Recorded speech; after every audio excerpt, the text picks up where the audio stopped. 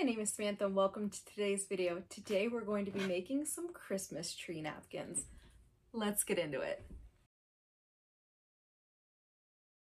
Don't let this project intimidate you. This is a super simple project.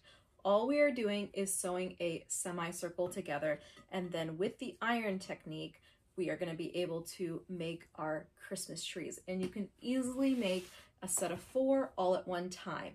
I know I normally post on Tuesdays, but I figured I'd come to you on Monday. Happy Christmas if you do celebrate Christmas. And with your Christmas fabric that you've gotten, you can whip up this cute, simple project for your dinner table tonight. Come along with me as we follow Jordan Fabrics tutorial in making this project. You don't need a pattern, it's super simple, and I'm gonna walk you through the process, and I'll have their original video linked down below. Here are our fabrics, and someone had asked before, what is it like when you've got them rolled up? So depending on how well you put them on the board is what they look like when you pull them off. Some of them I didn't do as good of a job, so they're a little more wrinkly, and some of them aren't so bad. That being said, I do always like to iron before I start a project.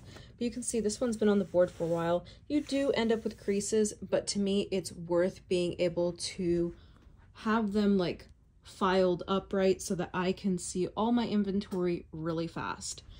That being said, let's start cutting out or ironing and cutting out our fabric. So I've got a template here that I've just made from regular old wrapping paper. I folded it in half, and then I used this like fabric ruler, and I did 8.5 inches as the the radius. The radius is 8.5 inches. So this is how big our circle will be. So I'm gonna go ahead and cut the fabric accordingly. I'm not gonna cut the circle, I'm gonna draw the circle, but I'm gonna go ahead and iron these and get the right sizes cut. Now that we have 4 pieces of each of the fabrics, so I've just rough cut these just like the project we did the other day. I rough cut them to be sure to fit this. So now what I'm going to do is make pairs of each of them so that we can draw our circle. Here's what I've got going on. So I have 2 pieces of fabric, right sides together, no interfacing. I went ahead and trimmed up one of the skinny sides so that I could make a right angle. So this bottom side is completely straight, even if my template's not straight.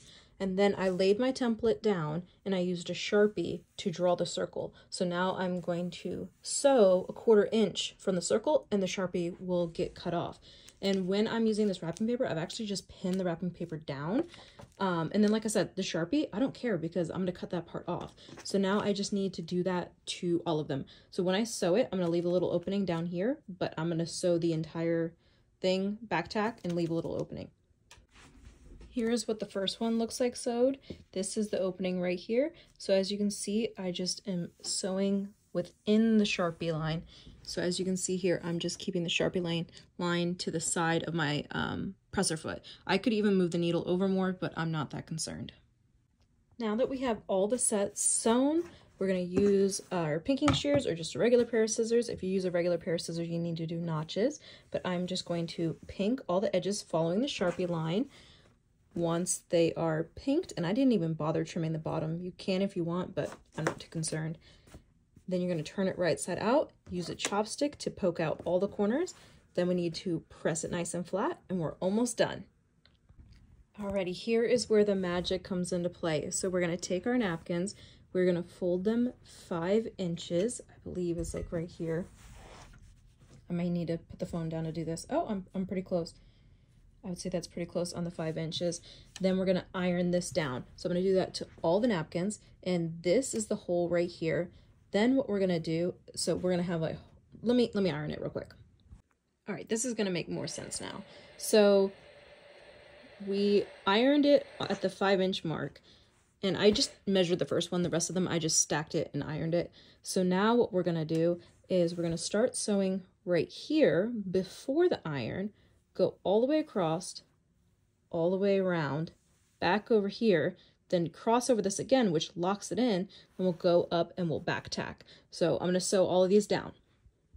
All right, we're almost there. So now that we have it top stitched down and we have our line right here, Now we got to think in thirds. So we're going to take this and we're going to fold it. It's kind of hard to do with one hand, but we're going to fold it in thirds like this, right? Press it.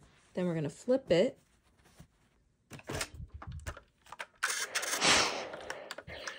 Use some steam there. And you will have to do this every time you go to put them out, but that's why we have the line there. So then we're going to take this side and do thirds as well. Try my best here. Try my best. Come on. Can I do it with one hand? Almost there. A little bit more. Come on. I'm gonna do it. I'm gonna do it. Okay, I think that's good. All right. So third on the front, third on the back, and then, drum roll please. Okay, that one's not as pretty as this other one, but look at this. Oh my goodness, it's so cute. Let me go ahead and press these other ones. I'm gonna press them this way so you can see what the opposite looks like. As you can see, it depends on which way you fold it as to which pattern's on top, but oh my god, I love how easy this is. I love how simple it is, and it looks so beautiful. You can make it bigger, you can make it smaller, you could add a little tree trunk if you wanted, and then once they go back in the wash, because you have this line here, you just gotta remember to iron in third, iron in third. Well, let me know what you guys think in the comments down below. Please don't forget to like and subscribe, and have a wonderful day.